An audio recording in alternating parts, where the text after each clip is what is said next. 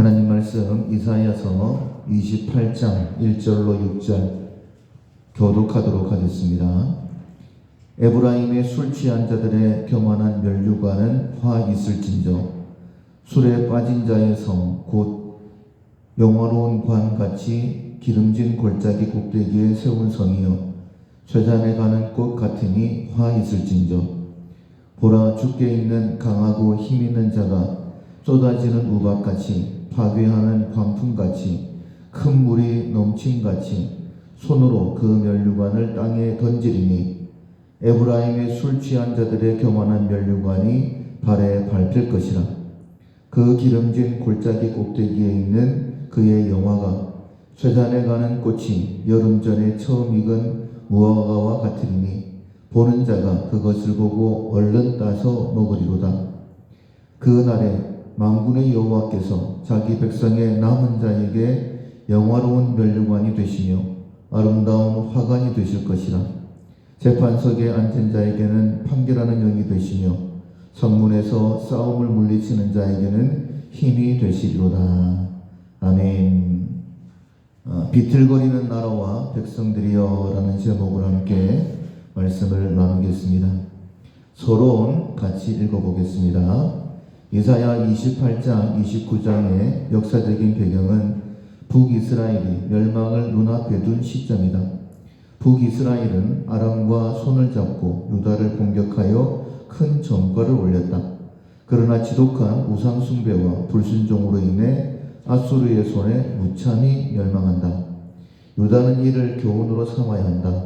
하지만 이들도 술 취한 자들처럼 비틀거린다. 그런 중에 하나님은 신실한 자기 백성들을 보호하시며 구원하신다. 하나님께서는 우리에게 은혜 베풀기를 원하십니다. 그래서 성경에 보면 실패 이야기들이 많이 기록되어져 있죠. 하나님께서 우리에게 말씀하시기를 이 모든 성경의 내용들은 말세를 만난 우리들을 경계하시기 위함이다 라고 분명히 말씀하셨습니다. 그래서 상을 받은 자가 있다면 우리도 더 잘해서 더 큰 상을 받겠다라는 마음을 가져야 되고, 만약 실패한 자가 있다면 나는 실패하지 않겠다, 나는 결코 더 큰 징계를 받지 않겠다, 이런 깨달음이 우리 가운데 있어야 됩니다. 북이스라엘의 멸망에 대하여 말씀하고 있고, 그럼에도 불구하고 깨닫지 못하고 돌이키지 못했던 유다를 또 책망하시는 내용이 나옵니다. 그런데 하나님의 마음은 멸망이 아니라 구원이다라고 하셨죠. 그래서 또 남은 자에 대하여 말씀하고 있습니다. 하나님께서 어떻게 은혜를 베푸시는가 하는 것을 말씀하시죠. 혹시 세상이 하나님께 징계를 받는다 할지라도 우리는 꼭 남은 자가 되어야 됩니다. 하나님께서 노아 홍수 때에 노아는 하나님께 은혜를 입었더라. 노아 한 사람으로 말미암아 다시 회복이 시작되었던 것처럼 나를 통하여서 반드시 내 가정이 회복될 것이다. 우리 밀락교회를 통하여 반드시 이 땅이 하나님의 구원을 볼 것이다 라는 그런 기대를 가지고 남은 자의 자세를 갖는 우리가 되어야 할 것입니다. 1번 비틀거리는 나라여, 같이 한번 읽어보겠습니다. 하나님께서는 북이스라엘을 향하여 술에 빠진 자의 성, 기름진 골짜기 꼭대기에 세운 성이라고 하셨다. 기름진 골짜기 꼭대기에 세운 성이니 물질의 풍요함과 쉽게 무너지지 않는 모습을 떠올리게 한다. 그러나 그들은 술에 빠진 성이 되었다. 그리하여 화 있을진저라는 책망을 듣는다. 북이스라엘은 여로보암 이후 금송아지 우상을 베델과 단에 세웠고, 제사장들은 모두 해고하고 일반 백성들로 채웠으며 절기를 없애고 하루 만에 절기를 지켰다. 여로보암의 후대 왕들은 모두 이 악을 이어받았다. 아합과 이세벨의 결혼 후에 북이스라엘은 더더욱 타락한 모습으로 변모했다. 베가 때에는 아람과 연합하여 형제인 유다를 공격하여 군사 12만을 죽이고 20만 명의 백성들을 포로로 잡았다가 선지자의 책망을 듣고 풀어주었다. 하나님께서는 이런 북이스라엘을 강하고 힘 있는 자, 곧 아수르에게 멸망할 것을 말씀한다. 강한 자가 북이스라엘의 면류관을 땅에 던지고 밟는다. 북왕국은 쇠잔에 가는 꽃이 되어 보는 사람이 얼른 따먹는다. 그러나 하나님은 남은 자를 두신다. 하나님이 친히 재판하는 영이 되고 성문에서 싸움을 물리치는 힘이 되신다. 27장에서는 하나님께서 친히 포도원 지기가 되신다라고 하셨죠. 그리고 28장 5절에 보면 여호와께서 면류관과 화관이 되신다라고 말씀하십니다. 즉 하나님께서 직접 포도원을 경작하신다라고 말씀하시는 것인데, 원래 전문가가 손을 대면 조금 더 힘들어지는 것이죠. 왜냐하면 쉽게 넘어가지 않기 때문입니다. 그러나 하나님께서 직접 경작하시기 때문에 다시 여호와께서 면류관과 화관이 되신다라고 말씀을 하시는데, 1절에 보면 에브라임의 술 취한 자들의 교만한 면류관은 화 있을진저라고 말씀을 하시죠. 여기서 에브라임은 북이스라엘을 이야기하는 것이고, 그리고 면류관은 수도 사마리아를 이야기하는 것입니다. 포도주와 올리브 기름으로 풍족했던 이 사마리아 성을 쇠잔에 가는 꽃 같다라고 이렇게 말씀을 하시며, 세상 면류관은 순식간에 사라진다라고 말씀하고 있어요. 우리의 지난날 좋았던 것들도 옛날이요 라고 하면서 우리가 그리워할 때가 있지 않습니까? 이 땅의 것은 영원한 것이 없습니다. 되돌아보면 헛된 것밖에 없다라고 이야기할 수밖에 없죠. 하나님께서 우리가 붙들고 있던 이 면류관을 어떻게 하시느냐, 2절에 보면 보라 주께 있는 강하고 힘 있는 자, 아수르를 얘기하는데 이 아수르가 주께 있다라고 그렇게 말씀을 하십니다. 그러니까 세상적으로 가지고 있던 이 면류관을 하나님께서 쓸어버리시는데 주의 손에 있는 아수르를 통해서 그렇게 하시겠다라고 말씀을 하시죠. 그렇다면 이 땅의 것들은 모두가 다 무의미한 것이냐? 그렇지 않습니다. 5절에 보면 그 날에 만군의 여호와께서 자기 백성의 남은 자에게 영화로운 면류관이 되시며, 면류관인데 여호와께서 면류관이 되시면 그것은 영원한 우리의 축복이 된다라는 것이죠. 그렇다면 여호와께서 어떻게 우리에게 면류관과 화관이 되실까? 6절에 보면 재판석에 앉은 자에게는 판결하는 영을, 그리고 성문에서 싸움을 물리치는 자에게는 힘이 되신다라고 말씀을 하세요. 우리가 무엇을 하든지 간에 지혜가 필요하지 않습니까? 똑같은 일을 한다 할지라도 앞서 나가는 사람이 있습니다. 그것처럼 하나님께서 우리가 어디에서 무엇을 하든지 간에 지혜와 능력, 돕는 자를 보내주셔서 앞서 나갈 수 있도록 은혜를 베풀어 주신다라고 말씀을 하시죠. 장사하는 사람에게 영광은 시장을 잘 보는 안목이다라고 볼 수 있겠죠. 말씀을 가르치는 저에게는 말씀을 잘 깨닫는 것만큼 중요한 것이 없습니다. 그런데 하나님께서 그렇게 되게 해주셔서 우리의 면류관, 화관이 되신다라고 말씀하시는 것이죠. 시편 111편 10절에 보면 여호와를 경외함이 지혜의 근본이라 그의 계명을 지키는 자는 다 훌륭한 지각을 가진 자이니 여호와를 찬양함이 영원히 계속된다라고 말씀하셨어요. 그러니까 하나님께서 우리로 하여금 훌륭한 지각을 깨닫게 하셔서 계속해서 하나님의 은혜가 임하는 것이죠. 그래서 영원히 하나님을 찬송할 수 있도록, 그것이 여호와를 경외함, 그때 주어지는 지혜다라고 말씀하고 있습니다. 그렇다면 우리의 모습은 과연 어떠할까? 이번 북왕국의 술 취함을 닮은 유다, 같이 한번 읽어보겠습니다. 7절 이하의 말씀은 유다의 모습이다. 북이스라엘의 비틀거리는 모습을 보면서도 교훈으로 삼지 않는다. 제사장과 선지자의 타락을 말씀한다. 직분자들의 타락은 왕국의 멸망으로 이어진다. 자신들의 죄를 지적하는 선지자를 향하여 그가 누구에게 지식을 가르치며 누구에게 도를 전하며 깨닫게 하려는가 라고 비꼰다. 어린 유아들에게 하려는가 라고 조롱한다. 그런데 더 심각한 모습이 나타난다. 선지자 이사야의 예언을 희화화하고 농담으로 여기며 폄훼한다. 10절을 히브리 음력 그대로 옮기면 차부 라차부, 차부 라차부, 카우 라카부, 카부 라카부, 제일샴이다. 이것은 선지자가 술 취해서 횡설수설한다는 비꼬미다. 선지자의 경고와 질타를 술 취한 자의 수주정으로 취급한다. 얼마나 타락한 모습인가. 그래서 하나님은 유다 왕국을 심판한다.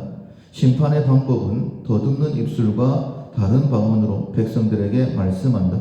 곧 유다 백성들에게 외국어로 말씀한다. 그러니 알아듣지 못한다. 선지자의 말씀을 술 취한 자의 수주정으로 비꼬는 이들에게 외국말로 하나님의 뜻을 전함으로 말씀을 거두어 가신다. 이것이 방언이 갖는 심판적 기능이다. 앞서 말씀을 드린 것처럼 성경 말씀에 실패한 자의 모습을 기록해 놓으신 것은 그것을 보면서 깨달아라. 실패한 자, 망하게 되어지고 징계받는 모습을 보면서 너희들은 그렇게 하지 말라라는 하나님의 뜻이죠. 북이스라엘은 아수르에 의해서 멸망을 당합니다. 하나님께서 여호와를 경외하는 것, 여호와가 면류관과 화관이 되신다. 북이스라엘의 멸망을 보면서 하나님만 의지해야 된다라고 말씀을 하시죠. 그런데 6절 하반절에 힘이 되시리라마는 이렇게 시작을 합니다. 개역 한글에 보면 이렇게 말씀하고 있어요. 힘이 되시리라고 하면 이 유다 사람들도, 그러니까 정확하게 개역 한글에서는 유다에 대한 말씀이다라고 분명히 말씀하고 있는 것이죠. 유다가 깨닫고 돌아와야 되는데 그렇지 못하다라고 말씀하고 있는 것입니다. 7절에 그리하여도 이들은 유다를 가리킵니다. 포도주로 말미암아 엿걸음치며 독주로 말미암아 비틀거리며 북이스라엘과 똑같다라고 말씀을 하고 있는 것이죠. 7절에 보면 7절 중반절에 보면 제사장들과 선지자도 독주로 말미암아 엿걸음치며 포도주에 빠지며 독주로 말미암아 비틀거리며 환상을 잘못 풀며 재판할 때에 실수하나니 모든 상에는 토한 것 더러운 것이 가득하고 깨끗한 곳이 없도다. 그 어디를 봐도 하나님의 말씀이 바로 전파되지 않는다라고 말씀하고 있어요.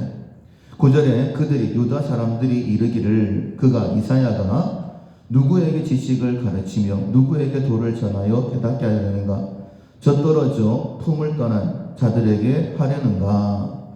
하나님의 말씀을 증거하고 있는, 하나님의 말씀이 선포되어지고 있는데 말씀을 전하는 자도 조롱하고 있고, 그리고 하나님의 말씀도 폄훼하고 있는 것이죠. 10절에 대저 경계를 더하며 경계를 더하며 교훈의 교훈을 더하며 교훈의 교훈을 더하되 여기서도 조금 저기서도 조금 하는구나 하는도다. 이것은 앞서 우리가 함께 읽었던 것처럼 비슷한 말을 반복하는 거예요. 마치 술 취한 사람이 의미 없는 말을 반복하는 것처럼. 하나님의 말씀이 선포되어질 때 우리가 지금 이사야서의 말씀을 듣고 있는데 거의 동일한 말씀이 계속 선포되고 있죠. 마치 부모가 자녀가 잘 되기를 원하면서 책망을 할 때에 또 그런 말 한다. 또 똑같은 말을 한다. 마치 잔소리로 취급하는 것처럼 하나님의 말씀을 그렇게 취급하고 있다는 거예요. 그래서 11절에 보면 그러므로 더듬는 입술과 다른 방언으로 그가 백성에게 말씀하시랴. 하나님께서 하나님의 말씀이 증거됨에도 불구하고 그 말씀을 받지 아니할 때에 도대체 못 알아듣겠다라고 그렇게 이야기할 때에 정말 못 알아듣도록, 다르게 말씀을 드리면 바벨론에게 멸망당해서 포로로 끌려가서 그들과 말이 통하지 않는 가운데 하나님의 심판을 경험하게 하시는 것이죠. 나가서 일해라 라고 하는데 무슨 말인지 몰라서 멍하니 있다가 맞고, 아니면 물건을 가지고 와라 그랬는데 그것을 알아듣지 못해서 다른 것을 가지고 오고, 이렇게 만들어 버리시겠다라고 하나님께서 말씀하시는 것이죠. 예전에는 분명히 하나님께서 알아듣도록 말씀을 주셨어요. 12절에 보면 전에 그들에게 이르시기를 이것이 너희의 안식이요 이것이 너희의 상쾌함이니 너희는 곤비한 자에게 안식을 줘라. 이것이 복이다. 그러니 너희들이 복을 누리고 복을 나누어주는 복의 통로가 되라 라고 말씀하셨던 거예요. 그러나 12절 하반절에 있는 것처럼 안식을 주라 하셨으나 그들이 듣지 아니하였으므로 13절 여호와께서 그들에게 말씀하시되 경계를 더하며 경계를 더하며 교훈에 교훈을 더하며 교훈에 교훈을 더하고 여기서도 조금 저기서도 조금 하사 그들이 가다가 뒤로 넘어져 부러지며 걸리며 붙잡히게 하시리라 라고 그렇게 말씀하시는 것이죠. 그러니까 이스라엘 백성들이 하나님 앞에 얘기했던 반응했던 그 반응 그대로 하나님께서 갚아주시는 것입니다. 그래서 우리에게 말씀하시죠. 우리가 어떤 무익한 말을 할지라도 그대로 심판을 받는다라고 말씀하시면서 우리의 말하는 것, 행동 하나 조심해야 된다. 특별히 하나님을 향하여서 절대 교만하면 안 되는 거예요. 절대 고집 부리면 안 됩니다. 지금 남유다가 바벨론에게 멸망당하는 그 이유를 하나로 말씀을 하시는데 오만이라고 말씀하고 있어요. 14절에 이러므로 예루살렘에서 이 백성을 다스리는 너희 오만한 자여 여호와의 말씀을 들을지어다 라고 말씀하시는 것이죠. 그러니까 이스라엘 백성들이 오만으로 말미암아 멸망당하는 것입니다. 3번 유다의 시온에 세운 기초서 같이 한번 읽어보겠습니다. 하나님께서는 예루살렘의 오만한 자들을 향하여 한 돌을 시온의 기초로 삼았노니 곧 시험하는 돌이요 귀하고 견고한 기초돌이라 하셨다. 스스로 사망과 수월에서 자유하다고 큰 소리치는 이들에게 넘치는 재앙이 밀려온다고 했다. 이 돌이 피난처와 보호자가 되신다. 이 돌은 바로 메시아 예수님이시다. 하나님의 지혜와 경영은 기묘하고 광대하다. 모든 지식의 근본은 하나님께 있다. 하나님께서 예루살렘 사람들에게 너희들 참 오만하다라고 그렇게 말씀하시는 이유가 무엇이냐면 하나님께로 돌아오라 라고 말씀을 하시니까 15절에 이렇게 반응을 하죠. 너희가 말하기를 우리는 사망과 언약하였고 수월과 맹약하였은즉 믿는 구석이 있다라는 거예요. 이것은 애국을 이야기하고 있습니다. 그러니까 당시에는 초강대국이었죠. 도와줄 만한 힘이 있었습니다. 그런데 하나님께서는 뭐라고 말씀하시느냐? 이 애국을 가리켜서 사망과 수월이다라고 이야기를 하시는 거예요. 그래서 너희들이 이 애국을 의지하게 되어지면 넘치는 재앙이 밀려올지라도 우리에게 미치지 못하리니 우리는 거짓을 우리의 피난처로 삼았고 허위 아래 우리를 숨겼음이라 하는도다. 그러니까 바빌론이 쳐들어온다 할지라도 이 애굽이 우리를 능히 지켜낼 것이다 라고 이야기를 하는 것이죠. 그때 하나님께서 이렇게 말씀하십니다. 18절에 보면 너희가 사망과 더불어 세운 언약이 폐하며 수월과 더불어 맺은 맹약이 서지 못하며 넘치는 재앙이 밀려올 때에 너희가 그것에게 밟힘을 당할 것이다 라고 말씀하고 있는 것이죠. 우리가 그 어떤 다른 것을 의지하게 되어지면 하나님께서 그것을 제하여 버리신다라고 말씀을 하셨죠. 우리가 주일날 말씀을 들었던 것처럼 우리가 복의 통로가 되어지면 세상이 하나님을 보게 됩니다. 그러면 주변의 모든 것들이 다 우리의 복이 되어지는 것이죠. 그런데 우리가 복의 통로가 되지 못하니 오히려 징계가 되는 거예요. 애굽 역시 마찬가지입니다. 하나님께서 이스라엘을 돕는 자로 그 옆에 세워주신 거예요. 그런데 애굽을 의지하게 되어질 때에 마치 상한 갈대를 지팡이로 삼는 것처럼 그것이 부러지면서 찔리게 된다라고 말씀하시는 것이죠. 애굽을 의지했던 결과가 무엇이냐면 20절입니다. 침상이 짧아서 능히 몸을 펴지 못하며 이불이 좁아서 능히 몸을 싸지 못함 같으리라. 아무 필요 없다라고 말씀하시는 것이죠. 21절에 보면 대저 여호와께서 브리심산에서와 같이 일어나시며 기브온 골짜기에서와 같이 진노하사 자기의 일을 행하시리니 라고 말씀하고 있습니다. 여기서 브라심이라는 것은 사무엘하 5장에 보면 다윗이 왕이 되었다라는 이야기를 듣고 블레셋 사람들이 쳐들어오죠. 그때에 하나님께서 그들을 물을 흩으신 같이 블레셋에서 이스라엘을 구원해내시는 사건이 있었어요. 그래서 그 땅 이름을 바알 브라심이라고 얘기하는 거예요. 하나님께서 이스라엘을 건져내신 사건이었습니다. 기브온도 마찬가지죠. 하나님께서 가나안 땅을 주실 때에 이 가나안의 연합군들을 물리치게 하실 때에 기드온이 하나님 앞에 여호수아 하나님 앞에 기도하지 않습니까? 하나님, 저 태양이 기브온 위에 머무르게 해주십시오. 달도 아얄론 골짜기에 머물게 해주십시오. 하나님께서 그렇게 되게 해주셔서 연합군을 이기게 해주셨다는 거예요. 그런데 하나님께서 이제는 반대로 브라심에서 행하신 것처럼, 기브온에서 행하신 것처럼 이제는 이스라엘을, 유다를 멸하시겠다라고 말씀하시는 것입니다. 22절에 보면 그러므로 너희는 오만한 자가 되지 말라. 이 오만이라는 것은요, 하나님을 의지하지 않고 다른 것 의지하는 거예요. 그것을 오만이다라고 말씀을 하십니다. 너희 결박이 단단해질까 하노라. 대저 온 땅을 멸망시키기로 작정하신 것을 내가 만군의 주 여호와께로부터 들었느니라. 너희는 귀를 기울여 내 목소리를 들으라. 자세히 내 말을 들으라 라고 말씀하시죠. 처음에 말씀을 들었던 것처럼 27장에서는 여호와께서 포도원 지기가 되신다. 그 결과 여호와가 우리의 면류관이 되신다라고 말씀하고 있어요. 세계 경영은 하나님께 있습니다. 하나님께서 어떻게 경영하시느냐? 그 지혜가 하나님께 있다라고 말씀을 하시죠. 그것을 농부가 농사를 짓는 것을 예를 들어서, 그러니까 농사에게 하나님께서 지혜를 주실 때는 어떻게 하느냐? 24절 이하에 보면 이렇게 말씀하십니다. 파종하려고 가는 자가 어찌 쉬지 않고 갈기만 하겠느냐? 자기 땅을 개간하며 고르게만 하겠느냐? 지면을 이미 평평히 하였으면 소회양을 뿌리며 되회양을 뿌리며 소맥을 줄줄이 심으며 대맥을 정한 곳에 심으며 귀리를 그 가에 심지 아니하겠느냐?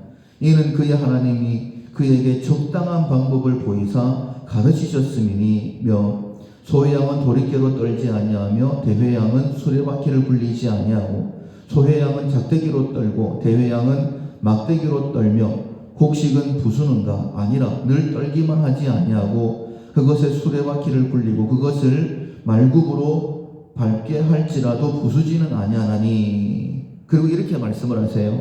29절에 이도 만군의 여호와께로부터 난 것이라. 그의 경영은 기묘하며 지혜는 광대하니라. 농사 짓는 지혜까지 하나님께서 하나하나 주신다라고 말씀하시면서 어떻게 유다가 하나님 앞에 복받는 자가 되어지는지, 만약 하나님께 나오지 않고 오만하게 되어지면 또 어떻게 멸하시는지, 그 모든 것이 하나님의 지혜이며 하나님의 경영이다라고 말씀하고 있는 거예요. 하나님의 지혜는 무궁합니다. 하나님께서 우리를 이끌어 가시는 방법 또한 오묘하다라고 말씀하고 있는 거예요. 우리가 살아가는 방법은 한 가지밖에 없습니다. 겸손하게 하나님 앞에 나아가는 것. 하나님의 품에 안기는 방법은 하나님의 말씀을 믿고 의지하는 것이다라고 말씀하고 있습니다. 우리의 회복을 위하여 하나님께서 한 걸음 한 걸음 우리의 발걸음을 인도하실 거예요. 오묘한 지혜로, 끝이 없는 지혜로 우리를 인도하실 것입니다. 이 하나님의 인도하심에 순종한 우리가 되어야 될 것입니다. 우리 마지막 결론 같이 읽어보겠습니다. 교회는 하나님보다 더 좋은 것이 있다고 생각하는 순간 타락한다. 이방 국가를 사용하여 교회를 치는 막대기로 삼으신다. 멸망은 여러 번의 경고와 징조를 동반한다. 술 취한 사람처럼 말씀을 버리고 있지는 않는지 우리 자신과 교회를 살피자. 예수님만이 우리의 유일한 피난처요 방패이심을 굳게 믿고 전진하는 교회와 우리 가정이 되자. 아멘. 찬송가 430장 주와 같이 길 가는 것 함께 찬양하시겠습니다.